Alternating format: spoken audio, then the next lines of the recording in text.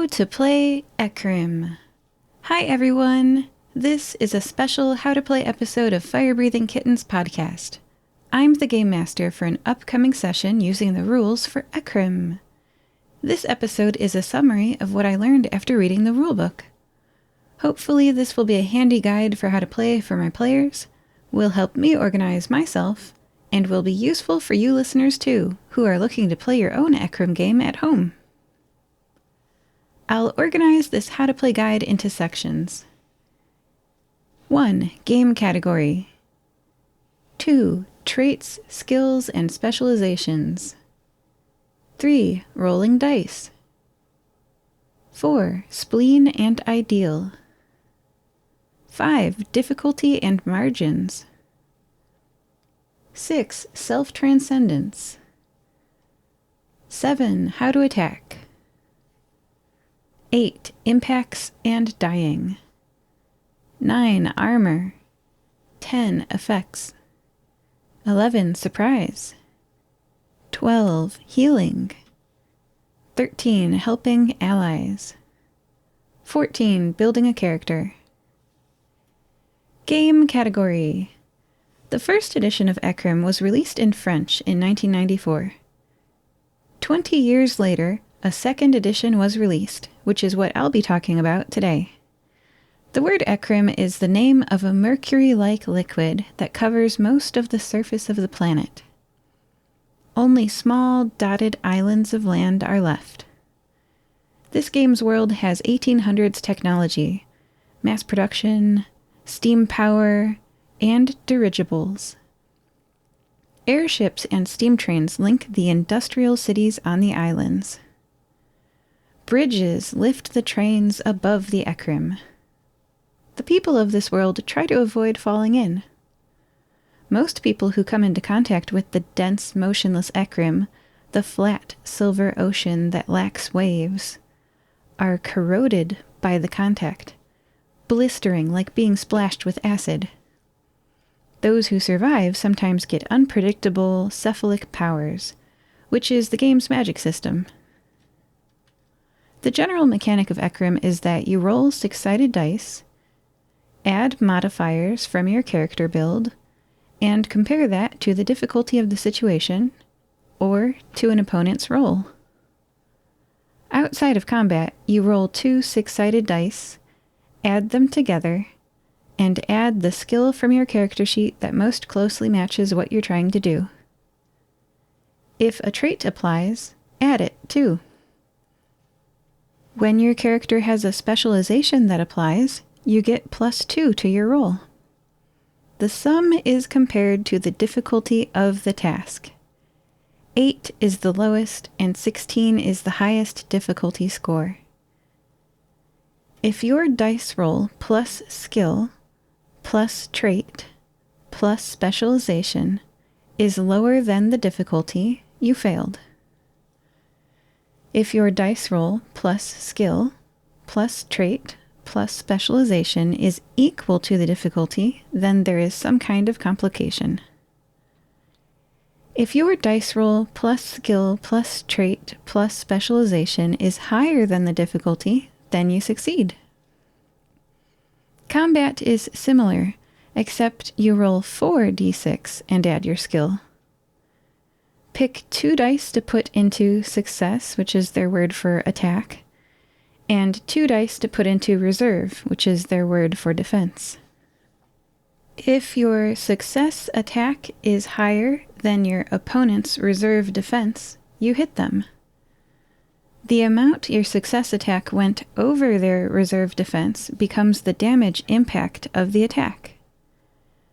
The Ecryme rulebook comes with a ton of pre-built character sheets for you to play as or use as pre-statted non-player characters.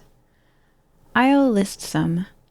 There's an aeronaut, an archivist, a sword duelist, a wandering mapmaker, a military officer who specializes in explosives, a courtesan, a stilt walker, a glider pilot, a wealthy merchant, an Ecryme driver, I don't know how that's pronounced, by the way. Ecryme, it's French. I'm going to do it wrong. An ecryme diver, a preacher, a fugitive, a scholar, an ecryme flower harvester, and more. Traits. Characters in Ecryme have traits that describe their physical appearance, personality, and social connections. Trait numbers range between negative and positive 3. A normal person who is a non-player character averages about 0. A +1 means that your character has a little bit more of that trait than the average person.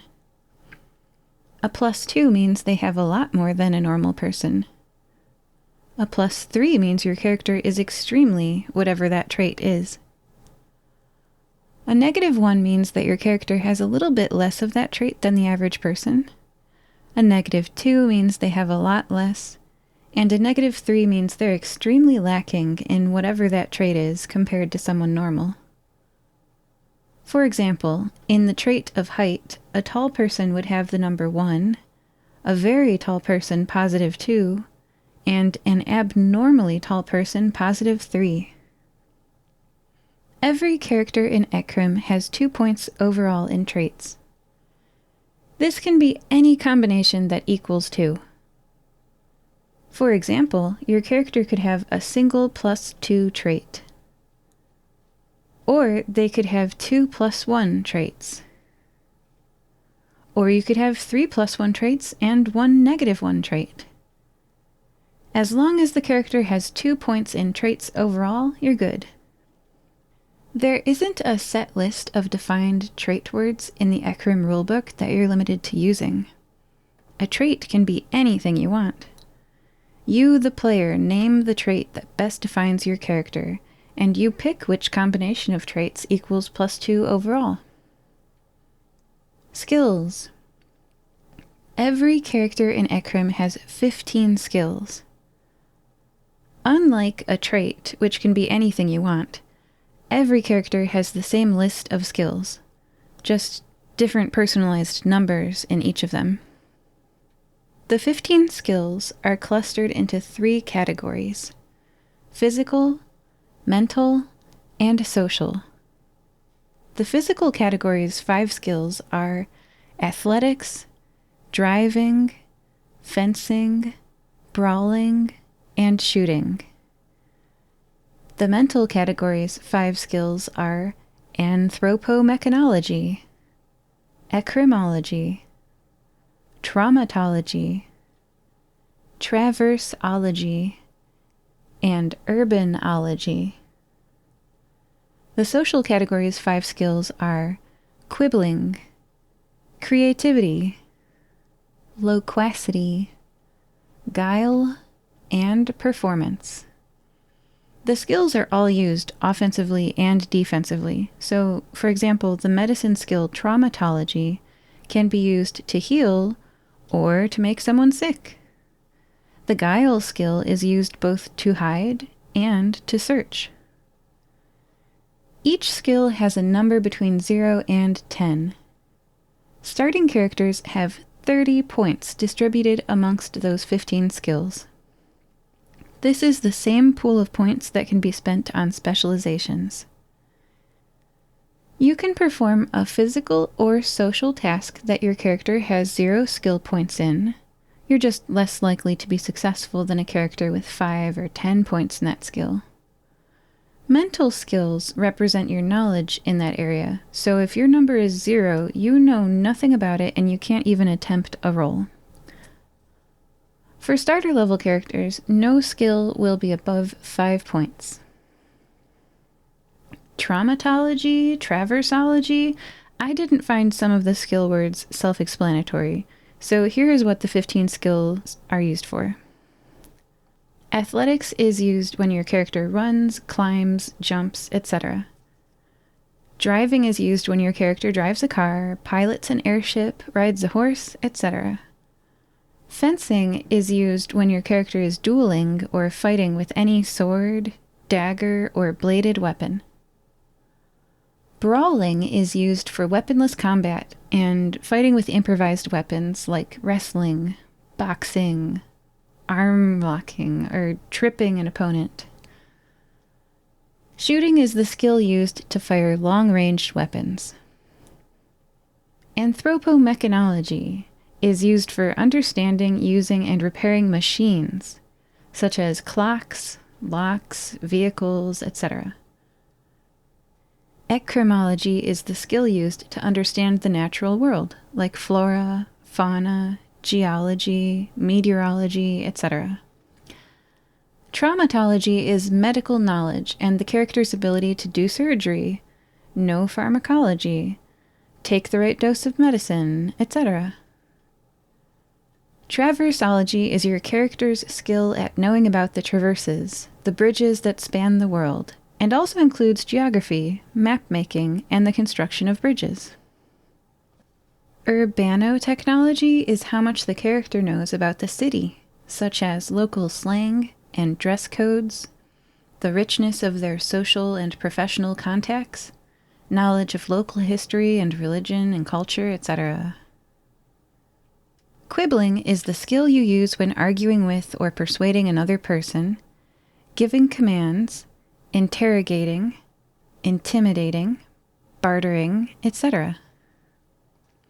Creativity is how much your character values creating and crafting, and includes activities like painting, throwing clay on a wheel, forging, sculpting, writing stage plays, etc. Loquacity is the suave counterpart of quibbling, when your character tries to be charming, tries to make a good impression, collects gossip, investigates, lies, spreads false information and is believed, etc. Guile is how well your character can camouflage themselves, hide, search without being detected, sneak down an alley, pick a lock, perform sleight of hand, etc. Guile is used both to hide and to search. Lastly, performance is the skill your character uses when singing, acting, playing instruments, etc. actions in front of an audience. There is also another category of skills, but sort of like how in other games not every character is a spellcasting wizard, not every character will have this category of skills called cephaly. Cephaly is a mind power that people in Ecryme can get by coming into contact with the liquid mercury Ecryme the game is named after. The 5 cephaly skills are Elegy, that creates illusions, Entelechi, which is your power level and the combat skill you use for facing off against other cephalic beings, Mechany, that remote controls machines, Psyche, that remote controls living beings and people, and Scoria, which is divination. If you want to be a cephal in Ecryme, the different difficulties and ways you can use your cephalic skills are listed on page 267 with some examples of what you can do at different difficulty levels. For example, shrinking something is a difficulty of 10, and controlling your target is a difficulty of 11. Not every character has magic, so you might not use that list at all. Specializations. When a skill has at least 5 points, you can choose to spend 1 point during character creation to get a specialization in that skill. Specializations are specific activities your character excels at. Some examples for the athletic skill could be running or climbing or carrying. The driving skill could have a specialization in a type of vehicle, like an airship or a train. For the creativity skill, you could get specific about the type of art your character is creative in, like painting, pottery, or sculpture. A specialization adds +2 to the roll if you are doing that very narrow specialized activity. Do you dream of shouting Kamehameha in battle and ending things with your super awesome special combat move? Pages 245, 246, and 247 list some. They're called maneuvers. You can spend 1 skill point to add 1 maneuver to your character sheet, just like if you were buying a specialization. Each can only be used once per combat. Some of the maneuvers have requirements for when they can be used, like the coup de Jarnac needs you to have a success attack margin of at least 4. The same combat mechanics can be used for arguing, so pages 248 and 249 list maneuvers you can use when debating someone. Rolling dice. In Ecryme, you determine how good a character is at something, and how likely you, the player, are to succeed at that action by rolling dice, adding your character's traits, skills, and specializations, and comparing the sum versus the difficulty number. All rolls are done using 6-sided dice, also called D6. 1 dice represents reason, logic, and planning. The other dice represents emotions, feelings, and acting impulsively with your gut. You can use 2 different colored dice or can roll on different areas of your table to keep track of which D6 is reason and which is emotion. When you roleplay your character's success or failure from that roll, you can lean into the higher of the 2 dice. If emotion was higher, you can roleplay an intense emotion. If reason was higher, you can roleplay being logical to succeed, or roleplay how overthinking and hesitating caused your failure. Spleen in Ecryme is a character's driving fear. Here are some example spleens. A duelist is repelled by the idea of taking another person's life. This spleen fear makes them only strike extremities when dueling, making them miss more. But they accept missing more because it means they won't kill anyone while dueling. Another example is a wealthy cosmopolitan person who has heard word of a rebellion. Their spleen is their refusal to accept a rebellion's potential for chaos and the loss of their own personal power. This spleen fear motivates them to donate to the police and to snitch when they find out where the rebellion's meeting house is. Another example of a spleen is a young street tough, a hooligan running around with a gang of fellow hooligans at night, who becomes furious if a competitor steps foot on her turf. She will fight them viciously because her spleen, her motivating fear, is that her found family will lose its territory and disband. These are all examples of spleen, a core fear that drives the character's actions. If spleen is relevant to a roll, roll an extra dice and discard the highest one. Discarding that extra highest dice will make your overall roll lower and worse. If you lose your spleen or ideal during a game session, all of your rolls are at -2 for the rest of the session. Then before the next game session, make a new one. Ideal in Ecryme is a character's motivating hope. It's a principle they look up to that helps them overcome any challenge. Here are some example ideals. An artist aspires to create their perfect masterpiece. An archivist's ideal is to collect a sample of all flora and fauna. A courtesan hopes to make enough money to stop working. An ambitious worker wants a promotion that comes with a large raise and more respect. An aeronaut captain loves her ship and crew above all else. These are all examples of ideal, an aspiration they feel positively towards that helps them face daily life. If ideal is relevant to a roll, roll an extra dice and discard the lowest one. Discarding that extra lowest dice will make your overall roll higher and better. If you lose your spleen or ideal during a game session, all of your rolls are at -2 for the rest of the session. Then before the next game session, make a new one. Difficulty. Outside of combat, the difficulty of the task you'll face will range between 8, easy, and 16, almost impossible. 8 difficulty tasks are the most common, while 10 and 12 difficulty tasks happen uncommonly, and 14 and 16 difficulty tasks happen very rarely in the world in general. You're on an adventure, so you'll probably attempt to do actions more challenging than a normal person would succeed at. Margins. Margin is the difference between the sum of your numbers and the difficulty rating of what you were trying to do. If your 2d6 dice roll plus trait plus skill plus specialization is higher than the difficulty number, that is a positive margin. Success. You succeeded at what you were trying to do. If your 2d6 dice roll plus trait plus skill plus specialization is equal to the difficulty number, that is a margin of 0. Margins of 0 are up to the game master, called a conductor in Ecryme, to interpret. Both success and failure happen with a margin of 0. There could be a complication, or a compromised victory, or a defeat with some positive side to it.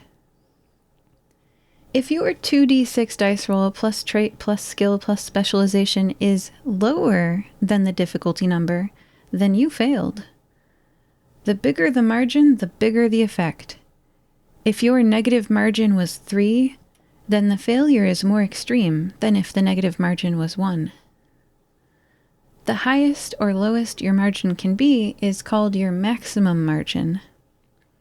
Your maximum margin is equal to your skill plus your specialization. For example, if your number in the traumatology skill is 5, and your specialization in surgery is 2, your maximum margin when removing your ally's appendix to save their life is 5 plus 2 is 7. Because the highest margin a character can achieve is capped at their skill level plus specialization, that can matter for opposed rolls. For opposed rolls, each player or non-player character makes a roll, and the person with the higher margin win. For example, let's say you're dueling an opponent whose maximum margin in fencing is 7 and yours is 2. If you both get a margin of 3, they actually get it and win, while your maximum margin being capped at 2 makes you lose the duel. A minimum margin is when a conductor asks for multiple rolls that when added together will add up to the goal number. For example, the conductor can set the minimum margin at 6 to climb a wall, and the party will accomplish their goal as a group after a few rolls whose margins add up to 6. One player throws a rope on a hook up at the top of the wall and scrambles up it, getting a margin of 2. The second player climbs the rope and reaches down a helping hand, getting a margin of 3. The third player grabs the offered hand and climbs to the top, getting a margin of 2, reaching that 6 minimum margin and accomplishing the collective goal. Here is an example of a roll outside of combat. You are currently arguing with a streetcar driver.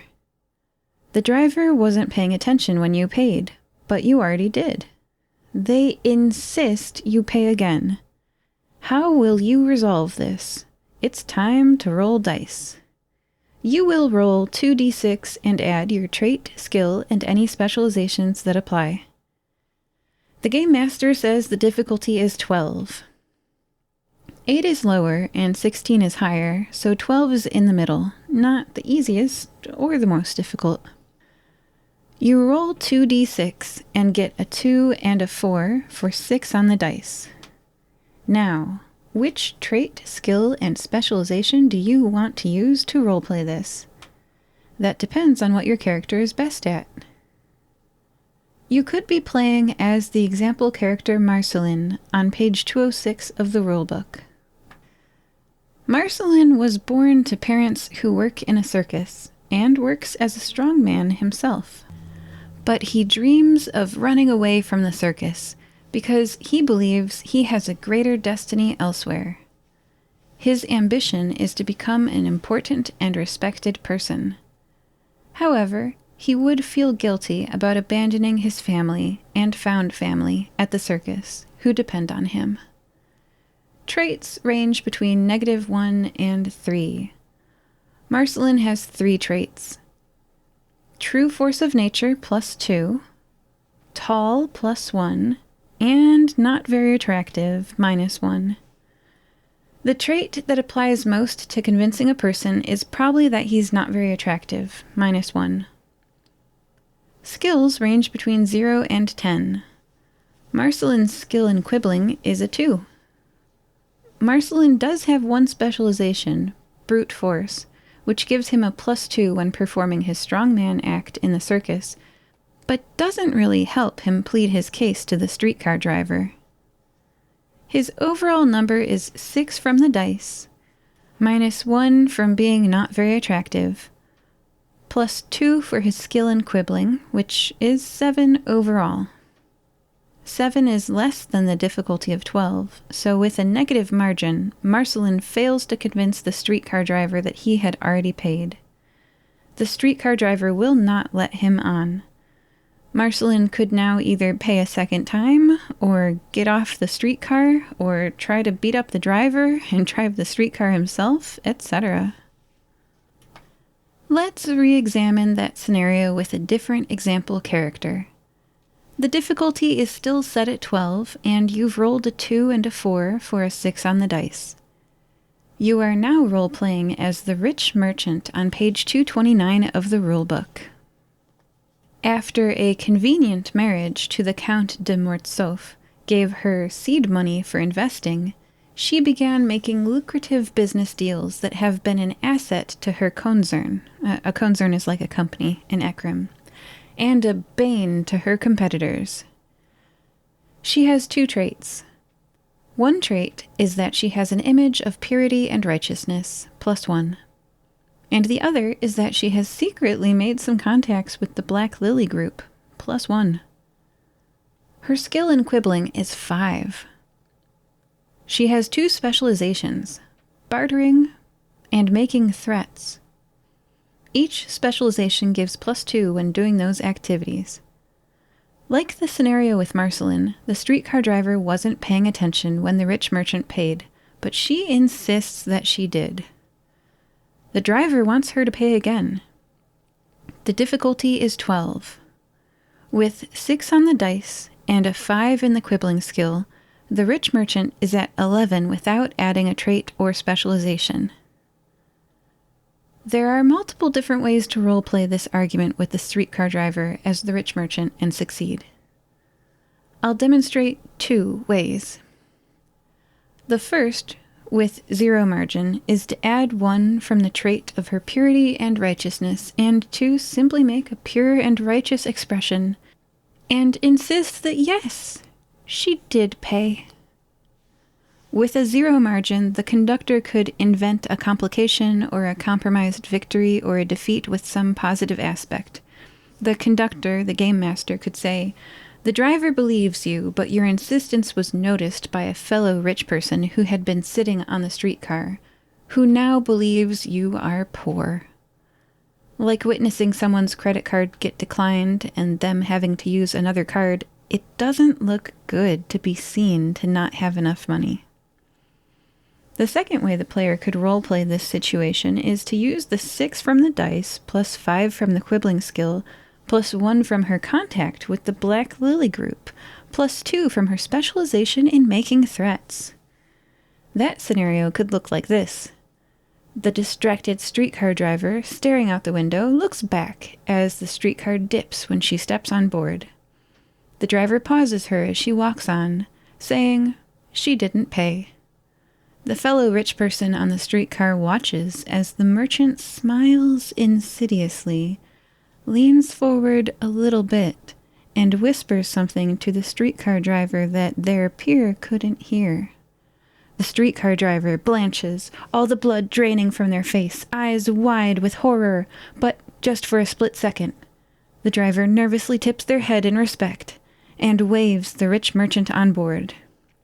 Her mouth quirks into the slightest of smiles as she boards the streetcar, demurely greeting her peer as she walks past and takes a seat. 2 different characters, 2 different ways to roleplay the scenario, but the general idea is the same. You add the dice roll to your trait and skill and any specialization that applies. If the number is greater than the difficulty, you succeed, and if the number is less than the difficulty, you fail. Our margin of 0 is interpreted by the conductor however they want, mixing success and failure. Self-transcendence in Ecryme, role-playing-wise, is when your character pushes themselves past their limits. Mechanically, it's when you spend a point from a skill to increase a roll. That point doesn't recover until the next session you play in. Here's an example. Your character has a 3 in athletics. You are teetering on the edge way up high. To make sure that you don't fall off, before you roll, you declare that you're spending 2 of your skill points from athletics. You then roll your 2d6 and add your trait, skill, and specialization, plus a guaranteed 2 from the skill points you spent.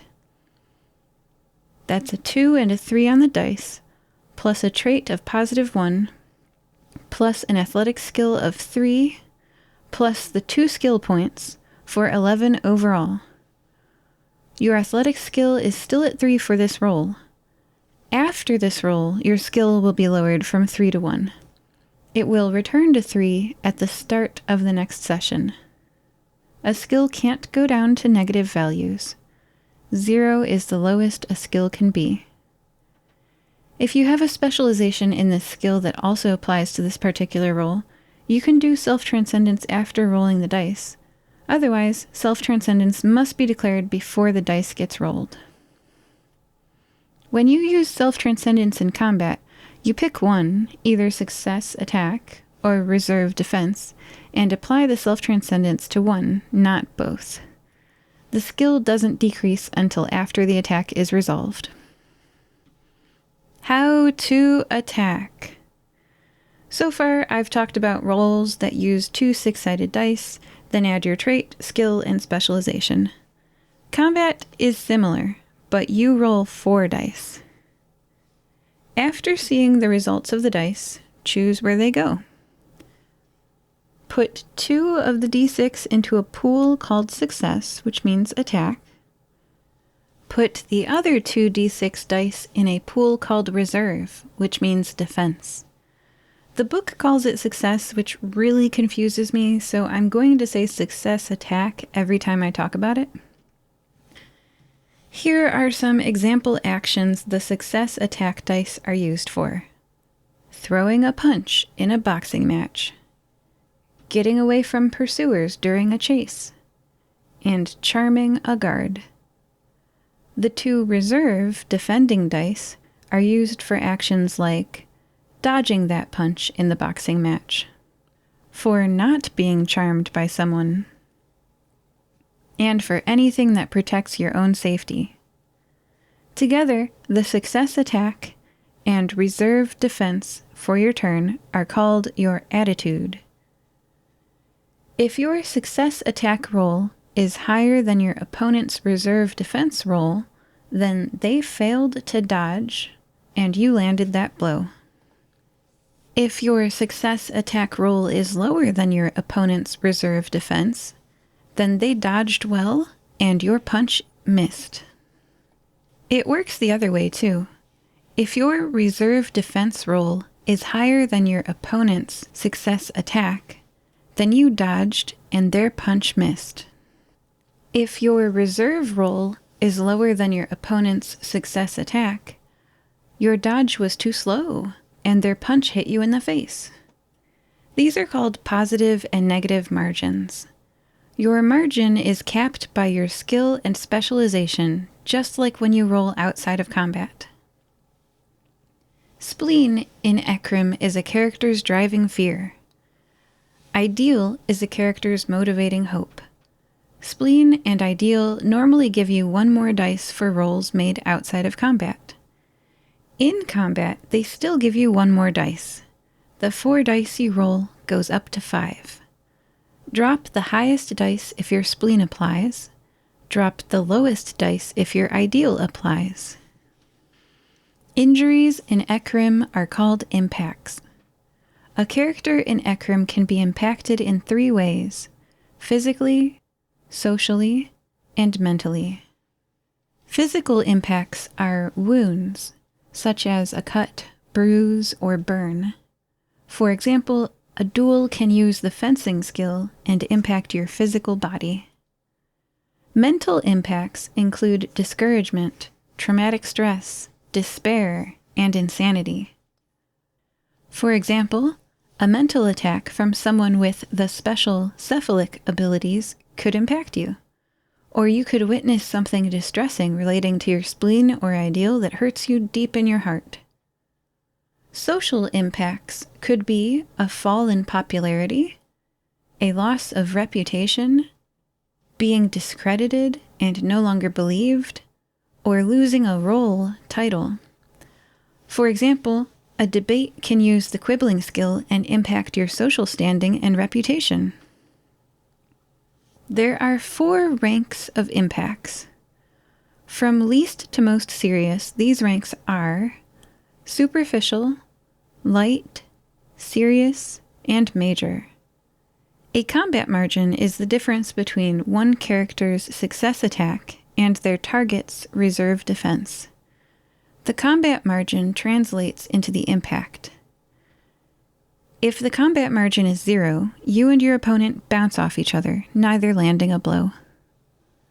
A combat margin of 1 and 2 causes a superficial impact, like a scratch or a bruise. A combat margin of 3 and 4 cause a light impact, like being stunned or getting a nosebleed. A combat margin of 5 and 6 cause a serious impact, like breaking a bone or losing a tooth. Having a serious impact gives all of your rolls -2. Your conductor might tell you that your character now has a negative trait as an after effect of a serious injury. For example, a limp from your broken leg if it was a physical fight, or your face on a wanted poster if it was a social confrontation. A combat margin of 7 and 8 cause a major impact. Major impacts are life-threatening and instantly incapacitating. You can't fight anymore. All rolls are at a -4. Major impacts always leave an after effect. Also, you gain a new spleen, a motivating fear. Depending on the situation, it's possible for a major impact to make your character lose sight of their ideal, their driving purpose. Your character is out of the game if they either get 2 major impacts or 1 impact above 8. Hit points. Ecryme doesn't technically have hit points, but you can't take an unlimited number of impacts. Sort of like hit points or tally marks, you should keep track of how many of each level of impact you've taken. Superficial, light, serious, and major. The 5th superficial impact you take becomes a light impact. The 4th light impact you take is a serious impact. The 3rd serious impact you take becomes a major impact. The 2nd major impact you take removes your character from the game. For physical impacts, that means death, or a coma. For mental impacts, that means insanity, or a coma. And for social impacts, that means banishment. Armor. If you're wearing armor, the injury you receive is 1 level less severe. For example, a major impact would become only a serious impact from your armor. Armor can't reduce the impact to 0, so you'll still take at least a superficial injury. The disadvantage to wearing armor is that it's heavy, so you take a -4 penalty on every physical dice roll. Effect in Ecryme is like a damage bonus in other games. Effect is a modifier to the impact of your success attack or reserve defense because of situational circumstances. Some examples are having the high ground during a sword duel, having a sword during a sword duel, knocking a chair down into your opponent's path, and having the sun at your back. If your character has a weapon, that weapon might have an effect number. Weapons don't affect the success attack or reserve defense rolls themselves, just the impact of the rolls. Page 244 has a table of the different weapons and their effects. Bare hand fighting and improvised weapons have an effect of +0. A staff, cestus, sling, cudgel, truncheon, and razor blade have the effect of +1. A bow and arrow, chain, dagger, knife, and dirk have the effect of +2. A crossbow, sword, spear, pike, axe, mace, and pistol have an effect of +3. A flail, battle axe, halberd, and musket have an effect of +4. Since I'm talking about weapons, I'll mention that ranged weapons can't be reloaded during hand-to-hand combat. Also, if you're firing at something far away, or a moving target, or your visibility is reduced, page 248 lists how much the difficulty increases by. The extra difficulty is usually around +2. Here is an example of the effect number increasing the impact during combat. Eugene has a fencing skill of 4, and a fencing sword that has a +3 effect. His fencing skill being 4 means Eugene's maximum success attack margin is 4. Eugene rolls a 4, 5, 3, and 2. He puts the 4 dice and 5 dice and his fencing skill of 4 into his success attack. 4 plus 5 plus 4 is 13 success attack. He puts the 3 and 2 dice and fencing skill of 4 into reserve defense. 3 plus 2 plus 4 is 9 reserve defense. The opponent has a 9 success attack, so with a margin of 0, the opponent misses Eugene. The opponent only has a reserve defense of 5. Eugene's success attack was 13. 13 from Eugene's success attack minus 5 from the opponent's reserve defense equals a margin of 8. But Eugene's fencing skill is only 4, so the margin is capped at 4. A margin of 4 would be a light impact. But this is when the fencing sword with its effect of 3 comes in. The margin goes up by 3, from 4, a light impact, to 7, a major physical impact. What if you're unable to hit one another? Ecryme's combat system doesn't let things stagnate. The difference in reserve defense carries over from one round of combat to the next, applying to the next round's success attack. If you successfully reserve defended by 2 last round, that 2 gets added to your next round's success attack. Here's an example. Eugene rolls 4d6 for a round of combat and gets 6, 5, 3, and 1. Eugene puts the 3 dice and 1 dice and his fencing skill of 4 into his success attack. 3 plus 1 plus 4 equals 8 success attack. Eugene puts the 6 dice and the 5 dice and his fencing skill of 4 into his reserve defense. 6 plus 5 plus 4 equals 15. The opponent has a 10 for success attack and also a 10 in reserve defense.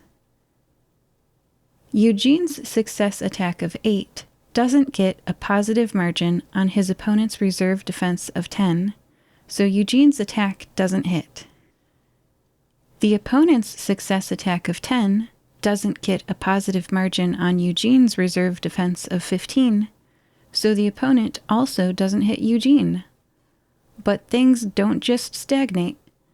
Next round, the opponent will get a bonus of +2 to their success attack because they had a 2 reserve defense margin on the 8 success attack coming at them. Eugene would have gotten a bonus of 5 because his reserve defense of 15 was 5 higher than the opponent's success attack of 10, but his fencing skill is 4, so it's capped at 4. Ecryme applies the combat rules to arguments, too. There's an example on page 252 with success attack and reserve defense, where the quibbling skill is used just like how the fencing skill was used in that previous combat example. Surprise! If you're taken by surprise in Ecryme, you can only roll reserve defense. Roll just 2d6 and apply them both to reserve defense. Healing. How quickly you recover depends on how badly you were injured. From least to most serious, the impact ranks are superficial, light, serious, and major. There's a table on page 254 with the level of impact, the roll penalty, the recovery time without intervention, recovery time with intervention, and intervention difficulty. If a character has a superficial injury, there is no rolling penalty. They will recover within a day without intervention. If an intervention is done, it needs to be made within an hour and takes an hour to do, and has a difficulty level of 10. Light impact injuries have no rolling penalty. Characters recover from light impact injuries after a week on their own.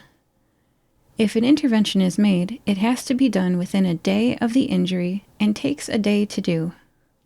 The difficulty level is 12. Serious impact injuries give you a -2 modifier to all your rolls. They sometimes cause an after effect, which never goes away. You recover from the serious impact injury enough to not have a -2 modifier after a month. If someone is going to intervene to help you, that intervention has a difficulty of 14, must be done within the first week, and takes a week to do. Major impact injuries make all your rolls -4, have a difficulty of 16 to treat. The treatment has to be done within a month, and takes a month to do. And without intervention, the major injury stops giving you a -4 to all rolls in 1 year. The intervention has the chance of removing the after effect. Otherwise, a major impact injury recovered on its own without intervention always leaves you with an after effect. Helping allies. If you help an ally with a task, and how you help makes sense, then the difficulty decreases by 2. Environmental conditions can also help decrease a task difficulty by 2. For example, if when you're trying to repair a vehicle, you're doing it in a workshop, the workshop environmental condition decreases the repair difficulty by 2. You can build an Ecryme character 3 ways: point by, questionnaire, or archetype. Point by means that you have +2 points in any free-form word traits of your choosing, and 30 points distributed as you like in the 15 skills. 1 skill point can buy you a specialization in any skill that has at least 5 points. Starter level characters don't have any skills above 5 points. You'll also write a spleen and an ideal on your character sheet, a character name, and some equipment. That concludes the point-by method of character creation. The questionnaire method of character creation is like a personality quiz. You are asked a multiple-choice question about your character, and the answer gives you a point in a skill. One example question is, what was your character's favorite pastime when they were a kid? If you answer going to the theater or opera with friends, you get a point in creativity. If you answer snatching candy from marketplace stalls, you get a point in guile. If it was building models, you get a point in anthropomechanology. If, as a kid, your character chased rats for fun, they get a point in athletics. If your character's childhood pastime was listening to phonograph records telling adventure stories, they get a point in traversology. And lastly, if your character wandered around town for fun as a kid, they get a point in urbanotechnology. The questionnaire is pretty detailed. It's 16 pages long and goes from page 207 to 222 in the rulebook. The rulebook says to pick your 6 favorite of the 12 questions and only answer those 6 questions, not all 12. The third way to get a character sheet in Ecryme is to use one of the pre-made ones. These are called archetypes. Here's a list of all of them. There's an aeronaut who is great at the driving skill and specializes in airships. There's a deaf archivist whose ideal is to archive all the flora and fauna of the Ecryme and has a 5 in ecrymology. There is a duelist whose spleen is that they despise a lack of action, who has a 5 in fencing and a specialization in the foil.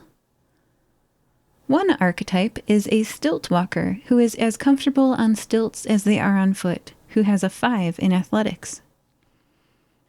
There is an ambitious metropolite who has gained favor and power through schemes, but also upset some high-ranking officials, and they have a 5 in quibbling with a specialization in blackmail.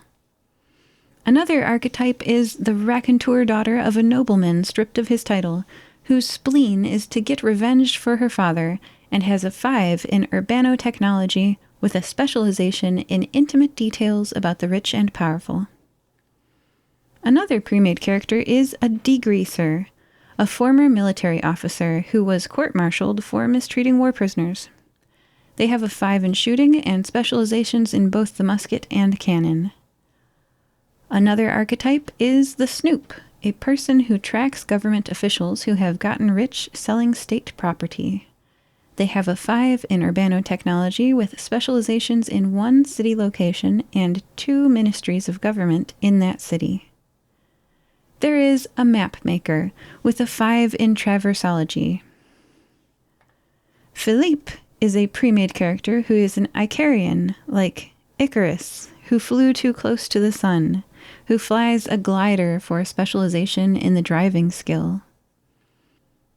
There are also more archetypes, pre-made characters including the rich merchant, the acrobatic worker, the pontiff, the Ecryme diver, the renegade scientist, the courtesan, the stitch lord, the line worker, the fugitive, the syndicalist scholar, and the Ecryme flower harvester. Hopefully this little rules chat helps my players build their characters and understand how to play. For everyone listening, if you'd like to hear an example adventure, the episode of Fire Breathing Kittens podcast right after this is a demonstration of us playing Ecryme in a one-shot game session. We invite you to listen to it to hear an example of Ecryme in action, and we encourage you to find the Ecryme rulebook yourself and play a game with friends.